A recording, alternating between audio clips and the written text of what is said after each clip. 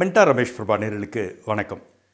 Admission அட்வைஸில் இன்றைக்கி நான் பேச போகிற டாபிக் என்னான்னு கேட்டிங்கனாக்கா, இப்போவே வேண்டாம். அதாவது சில விஷயங்கள் இந்த ஸ்டேஜில் தேவையில்லை. உதாரணமாக ஒரு கோர்ஸ் எடுக்கிறோம்.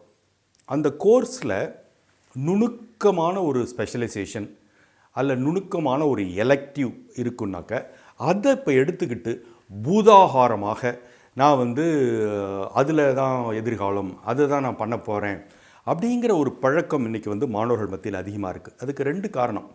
என்ன அப்படின்னு கேட்டிங்கன்னா, ஒன்று இந்த கூகுளில் சர்ச் பண்ணி ஏதாவது ஃபேன்சியாக சில வேர்ட்ஸ் எடுத்துக்கிறது. இன்னொன்று இந்த பியர் குரூப்னு சொல்லப்படுற நண்பர்கள் வட்டாரத்தில் அதை பற்றி அதிகமாக பேசுது. சும்மா புரியறதுக்காக ஒரு உதாரணம் சொல்கிறேன்னே.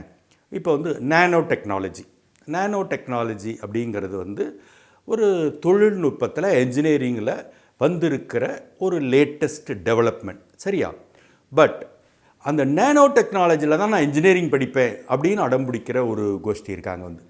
ஒரு பிடெக் நேனோ டெக்னாலஜி அப்படிங்கிறது எங்கேயாவது ரொம்ப ரேராக 1-2 தனியார் பல்கலைக்கழகத்தில் இருக்கிற ஒரு படிப்பை தவிர இன்றைக்கி அது ஒரு முழு நேரமாக இன்னும் பாப்புலராக வந்துவிட்ட விஷயம் கிடையாது. பட் அந்த தொழில்நுட்பம் முக்கியம்.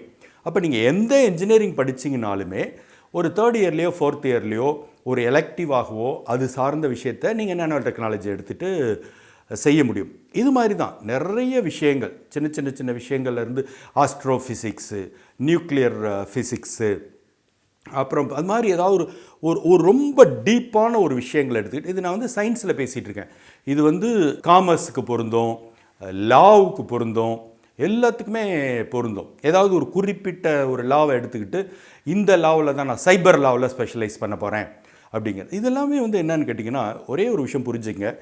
ஒரு அடிப்படையை ஸ்ட்ரென்தன் பண்ணிக்கங்க. அதுக்கு பிறகு இந்த நுணுக்கத்தை நாளைக்கு போஸ்ட் கிராஜுவேஷன்லேயோ இல்லை 3rd இயர் 4th இயரில் எலெக்டிவ்லேயோ ஒரு இன்டர்ன்ஷிப்லேயோ ஒரு ப்ராஜெக்ட்லேயோ செய்ய முடியும், சரியா? அதனால் ரொம்ப ஒரு டீப்பரான ஒரு விஷயத்தை இன்றைக்கி எடுத்துக்கிட்டு ரொம்ப நுணுக்கமாக ஆராய்ஞ்சிக்கிட்டு அதுதான் முடிவு எடுக்கிறது சரியாக இருக்காது.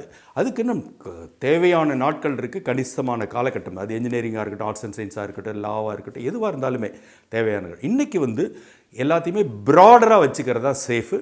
ப்ராடரில் நம்மளோட ஃபண்டமெண்டலை ஸ்ட்ரென்தன் பண்ணிக்கிட்டு அப்புறம் டுவர்ட்ஸ் ஃபைனல் இயர் அல்லது பிஜியில் நம்ம அந்த ஸ்பெஷலைசேஷனை பண்ணிக்க முடியும்.